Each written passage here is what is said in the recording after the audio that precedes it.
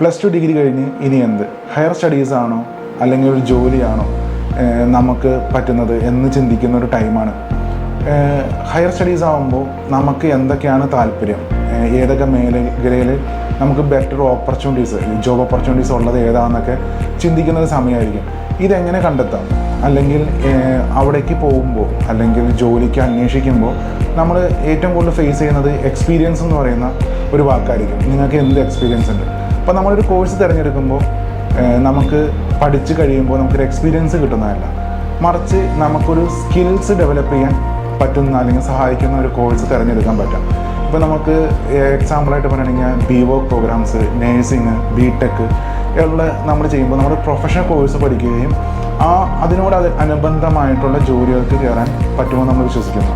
അപ്പോൾ skills develop ചെയ്യുക എന്ന് പറയുമ്പോൾ ഇപ്പോഴത്തെ കാലത്ത് അറിയാം, ഒരു BTech കഴിഞ്ഞ ആൾക്ക് ജോലി കിട്ടാൻ ബുദ്ധിമുട്ടുന്നുണ്ട്, അല്ലെങ്കിൽ നേഴ്സിംഗ് കഴിഞ്ഞാൽ പിന്നെ CRNE അല്ലെങ്കിൽ IELTS അങ്ങനെയുള്ള കുറേ കഴിഞ്ഞാലാണ് നമുക്കൊരു ജോലിക്ക് കയറാൻ പറ്റുന്നത്.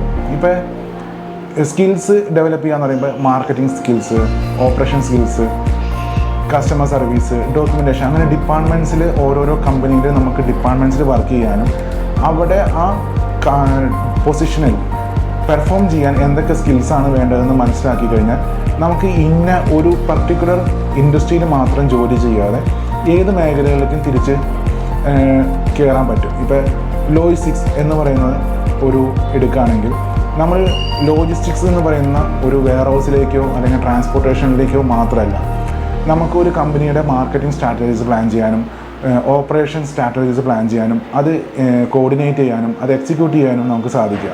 അപ്പോൾ നമുക്ക് കിട്ടുന്ന ഡൈവേഷൻസ് വലുതായിരിക്കും. എന്ന് പറഞ്ഞ പോലെ നമ്മളൊരു കോഴ്സിലേക്ക് എടുക്കുമ്പോൾ നമുക്ക് ഏതൊക്കെ ഡൈവേഷൻസിലേക്ക് മാറാൻ പറ്റും, നമുക്ക് ഇഷ്ടപ്പെടാത്തൊരു മേഖലയാണ്, പെർഫോം ചെയ്യാൻ പറ്റുന്നില്ല, അല്ലെങ്കിൽ അതിന് ഉള്ള സാധ്യതകൾ കുറഞ്ഞു വരുന്നു. ഇപ്പോൾ AI എന്ന് പറഞ്ഞ് നമുക്ക് കേൾക്കാം, ആർട്ടിഫിഷ്യൽ ഇൻ്റലിജൻസ് വരുമ്പോൾ ജോലി സാധ്യത കുറയുന്നു, അല്ലെങ്കിൽ വർക്കിൻ്റെ ക്വാളിറ്റി കൂട്ടാൻ നമ്മളെ സഹായിക്കുന്നു, അല്ലെങ്കിൽ മാൻ പവർ കുറയ്ക്കാൻ സഹായിക്കുന്നു, കോസ്റ്റ് എഫക്റ്റീവായിട്ട് ചെയ്യാൻ പറ്റുന്നു. അപ്പോൾ നമ്മൾ സ്ട്രെയിൻ ചെയ്യുന്ന കാര്യം നമുക്ക് ജോലി കിട്ടാതെ വരുമോ, അല്ലെങ്കിൽ നമ്മുടെ ക്വാളിറ്റി ഇല്ലെങ്കിൽ പറ്റുമോ, അങ്ങനത്തെ കാര്യമാണ്. അപ്പോൾ ആ ആർട്ടിഫിഷ്യൽ ഇൻ്റലിജൻസ് മാത്രം പഠിച്ച് ജോലിക്ക് കയറാൻ പറ്റുക എന്നുള്ളതല്ല, ഏത് മേഖലയിൽ കയറിയാലും അവിടെ എന്തൊക്കെ ടെക്നോളജീസ് ഉപയോഗിക്കാൻ പറ്റും, നമ്മുടെ മാൻ പവർ കുറയ്ക്കാനും നമ്മുടെ എഫേർട്ട് കുറയ്ക്കാനും ഈ ടെക്നോളജീസിൻ്റെ എങ്ങനെ യൂസ് ചെയ്യാൻ പറ്റും, അല്ലെങ്കിൽ ഒരു സജഷൻസ് കൊടുക്കാൻ പറ്റുക, അങ്ങനെ റവന്യൂ കൂട്ടാൻ പറ്റുക എന്നുള്ളതാണ് നമ്മളൊരു പ്രൊഫഷണൽ കോഴ്സ് അല്ലെങ്കിൽ നമ്മളൊരു ഡിഗ്രിയോ നമുക്ക് ഒരു എന്തൊക്കെ സ്കിൽസ് ഉണ്ടെന്ന് ഒരാൾ വിലയിരുത്തുന്നത്. അപ്പോൾ സ്കില്ലെന്ന് പറയുന്നത് ഒരാളെ കൺവിൻസ് ചെയ്യാൻ എങ്ങനെ പറ്റും എന്നുള്ളതാണ്. അപ്പോൾ നമ്മൾ ജോലിക്ക് കയറുമ്പോൾ ഒരു CV കൊടുത്ത് ഒരു ഇൻ്റർവ്യൂ അറ്റൻഡ് ചെയ്ത് ഒരാളെ കൺവിൻസ് ചെയ്തിട്ടാണ് ജോലിക്ക് കയറുന്നത്. ഒരു ജോലിക്ക് കയറിക്കഴിഞ്ഞാൽ ഒരു കസ്റ്റമറിനെ കൺവിൻസ് ചെയ്ത് സാറ്റിസ്ഫൈ ചെയ്ത് എന്നാൽ മാത്രമേ ഒരാൾക്ക് ഒരു ബിസിനസ് ഡെവലപ്പ് ചെയ്യാനും അതിൽ നിന്ന് പ്രോഫിറ്റ് ഉണ്ടാക്കാനും പറ്റുള്ളൂ. അപ്പോൾ നമ്മുടെ ലൈഫിലും ഒരാളെ കൺവിൻസ് ചെയ്യാനും ഇൻട്രസ്റ്റിംഗ് ആക്കാനും നമുക്ക് അതിലൂടെയാണ് ബിസിനസ് ആയാലും പേഴ്സണൽ ലൈഫാണെങ്കിലും നമുക്ക് മുന്നോട്ട് കൊണ്ടുപോകാൻ പറ്റുന്നത്. അപ്പോൾ നമ്മുടെ സ്കിൽസ് എന്ന് പറയുന്നത് നമ്മുടെ കമ്മ്യൂണിക്കേഷൻ സ്കിൽസ് കൂട്ടുക, നമുക്ക് ഈ മേഖലയിൽ എൻ്റെ കോൺട്രിബ്യൂഷൻ എന്താണ് ചെയ്യാൻ പറ്റുന്നതെന്ന് മനസ്സിലാക്കാനും അത് ഒരാളിലേക്ക് എക്സ്പ്രസ് ചെയ്യാനും പറ്റുക.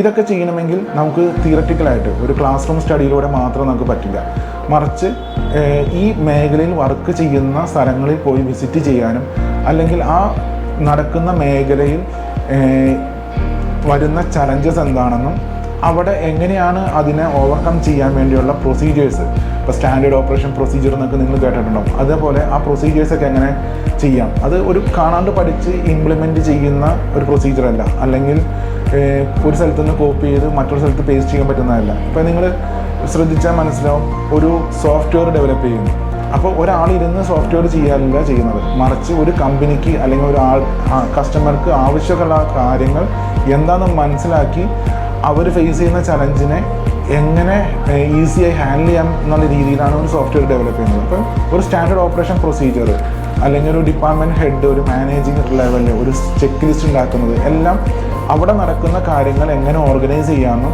അത് കൃത്യമായിട്ട് നടക്കുന്നെന്ന് ഉറപ്പ് വരുത്താനും വേണ്ടിയിട്ടാണ് ഈ പ്രൊസീജിയറൊക്കെ വരുന്നത്. അപ്പം നമുക്ക് ഈ മേഖലയിൽ എത്രമാത്രം ഇൻവോൾവ്മെൻറ്റ് വരുന്നു എന്നുള്ളതാണ് നമുക്ക് ഒരു പ്രൊഫഷണലായിട്ട് ഒരു കാര്യത്തെ നേരിടാൻ പറ്റുന്നതും, അല്ലെങ്കിൽ അവിടെ നിന്ന് അടുത്ത സ്ഥലത്തേക്ക് നമുക്ക് ഗ്രോത്തിലേക്ക് പോകണമെങ്കിൽ അവിടെ എന്തൊക്കെ ചേഞ്ച് വരുത്താൻ പറ്റണം, അല്ലെങ്കിൽ അത് ഇമ്പ്രൂവ് ചെയ്യാൻ വേണ്ടി എന്തൊക്കെ കാര്യങ്ങൾ ചെയ്യണം എന്ന് മനസ്സിലാക്കുമ്പോഴാണ്. അപ്പോൾ അത് മനസ്സിലാക്കി അതിന് പറ്റുന്ന പ്രാക്ടിക്കലായിട്ട് അല്ലെങ്കിൽ പ്രാക്ടിക്കബിളായിട്ട് അത് എങ്ങനെ വർക്കബിൾ ആക്കാൻ പറ്റും എന്ന് മനസ്സിലാക്കുകയും അതൊരു ടീമിനെ കൊണ്ട് കൃത്യമായിട്ട് ചെയ്യിക്കാനും അതിന് റിപ്പോർട്ട്സ് എടുക്കാനും അത് ഡാറ്റയായിട്ട് സൂക്ഷിക്കാൻ പറ്റുമ്പോഴാണ് അത് വീണ്ടും വീണ്ടും ചെക്ക് ചെയ്യാനും അത് എന്തെങ്കിലും ഇഷ്യൂസ് ഉണ്ടെങ്കിൽ നമുക്ക് മാറ്റാനും അത് ഇമ്പ്രൂവ് ചെയ്തെടുക്കാനൊക്കെ പറ്റുന്നത്. അതാണ് നമ്മുടെ സ്കിൽസ് എന്ന് പറയുന്നത്. അതായത് ഒരു കാര്യം നമുക്ക് ഒരാൾക്ക് ജഡ്ജ് ചെയ്യാൻ പറ്റുക, അത് കൃത്യമായിട്ട് നടക്കുന്നുണ്ടെന്ന് ഉറപ്പുവരുത്തുക, അത് ഇല്ലെങ്കിൽ അത് എങ്ങനെയാണ് എവിടെയാണ് നമുക്ക് മിസ്റ്റേക്ക് പറ്റിയതെന്ന് തിരിച്ചറിയാൻ പറ്റുക. അതാണ് നമ്മുടെ പ്രൊഫഷണലിസം എന്ന് ഞാൻ വിശ്വസിക്കുന്നു. അപ്പോൾ ആ സ്കിൽസ് ഡെവലപ്പ് ചെയ്യാൻ നമുക്ക് പ്രാക്ടിക്കൽ നോളജസ് വേണം. അതായത് ഒരു വർക്ക് ചെയ്യുന്ന മാത്രമല്ല, നമ്മളൊരു സ്ഥലത്ത് പോയി ജോലി ചെയ്തു അവിടെ അതിൻ്റെ പാർട്ടാവുന്നത് മാത്രമല്ല പ്രാക്ടിക്കൽ നോളജ്.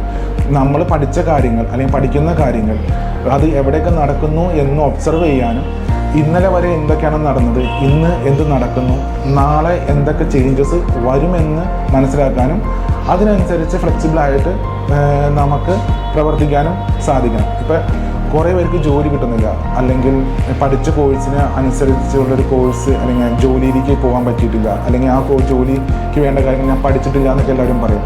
അതായത് നമ്മൾ പ്രതീക്ഷിക്കുന്നത് നമ്മൾ ഫ്ലെക്സിബിൾ അല്ലെങ്കിൽ പ്രതീക്ഷിക്കുന്ന കാര്യങ്ങൾ നടന്നില്ലെങ്കിൽ നമുക്ക് ഒരിക്കലും അവരിലേക്ക് അഡാപ്റ്റ് ചെയ്യാൻ പറ്റില്ല. ഒരു കാര്യം വരുമ്പോൾ നമുക്ക് അഡാപ്റ്റ് ചെയ്യാനും പറ്റില്ല. മറിച്ച് നമ്മൾ ഒരു വർക്ക് നടക്കുന്ന സ്ഥലത്ത് കാണുകയും കേൾക്കുകയും വർക്ക് ചെയ്തിരുന്ന ആൾ എങ്ങനെയാണ് ആ കാര്യങ്ങളെ നോക്കി കാണുകയെന്നും അതിൽ വ്യത്യാസങ്ങൾ വരുത്തിയെന്നും നമുക്ക് മനസ്സിലാക്കാൻ പറ്റുകയാണെങ്കിൽ ഏതൊരു സിറ്റുവേഷൻ വന്നാലും നമുക്കത് ഫേസ് ചെയ്യാനും അല്ലെങ്കിൽ ആ ഇഷ്യൂസിനെ സോൾവ് ചെയ്യാൻ ആരെക്കൊണ്ട് നമുക്ക് സഹായങ്ങൾ നേടാൻ പറ്റും, അല്ലെങ്കിൽ ആരുടെ സഹായമാണ് മേടിക്കേണ്ടത്, എവിടെ നിന്ന് നമുക്ക് ബെറ്റർ ഓപ്ഷൻസ് കിട്ടും എന്നൊക്കെ നമുക്ക് ഐഡൻറ്റിഫൈ ചെയ്യാൻ പറ്റും.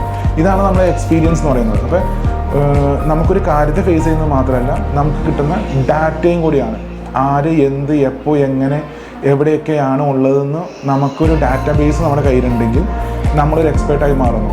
അപ്പോൾ നമ്മൾ പഠിക്കുന്ന കോഴ്സ് അല്ലെങ്കിൽ പഠിക്കുന്ന സ്ഥലം ഇവിടെ എത്രമാത്രം ഈ ഡാറ്റ കളക്ട് ചെയ്യാനും എക്സ്പേർട്സിനെ പരിചയപ്പെടാനും അവർ എത്ര പേര് നിങ്ങളെ ഓർത്തിരിക്കുന്നതെന്നൊക്കെ ഇമ്പോർട്ടൻ്റ് ആയിട്ട് മാറുന്നു. ഇതുകൊണ്ട് നിങ്ങൾക്ക് കരിയറിൽ ഒരു ഡിസിഷൻ എടുക്കാൻ ഹെൽപ്ഫുൾ ആവുമെന്ന് ഞാൻ കരുതുന്നു.